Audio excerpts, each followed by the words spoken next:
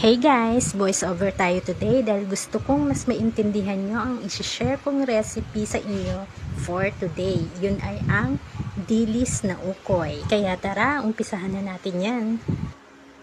So guys, bago natin timplahan ng ukoy natin, hugasan muna natin siyang mabuti. Pagkatapos, i-wipe natin siya ng kitchen paper para tuyo siya at kumapit yung arena na ilalagay natin. Isa pa, para hindi siya maging matilamsik pag nag-deep fry tayo, at higit sa lahat, para hindi maging sagi yung ating ukoy. So, bakit dapat cold ang gagamitin nating ingredients sa ating butter? Dahil guys, pag warm ang temperature, magpo-produce ng gluten. So, hindi magiging magandang kinalabasan ng ating ukoy. At dapat guys, huwag natin hahaluin mabuti yung butter natin. Dapat may lumps siya na natitira. So, dapat ganito ang consistency niya. Importante din guys na hindi siksikan yung ating ukoy sa ating pan ha.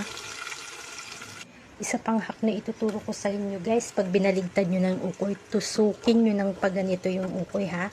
Para yung pagkaluto niya is even, yung sa loob niya luto din. At guys, pag hinangon nyo siya, huwag nyo ilalagay ng nakapahiga. Dapat nakapatayo or nakasandal man lang ang ukoy para tumutulo pa rin yung oil niya. And that's it guys. Thank you for watching.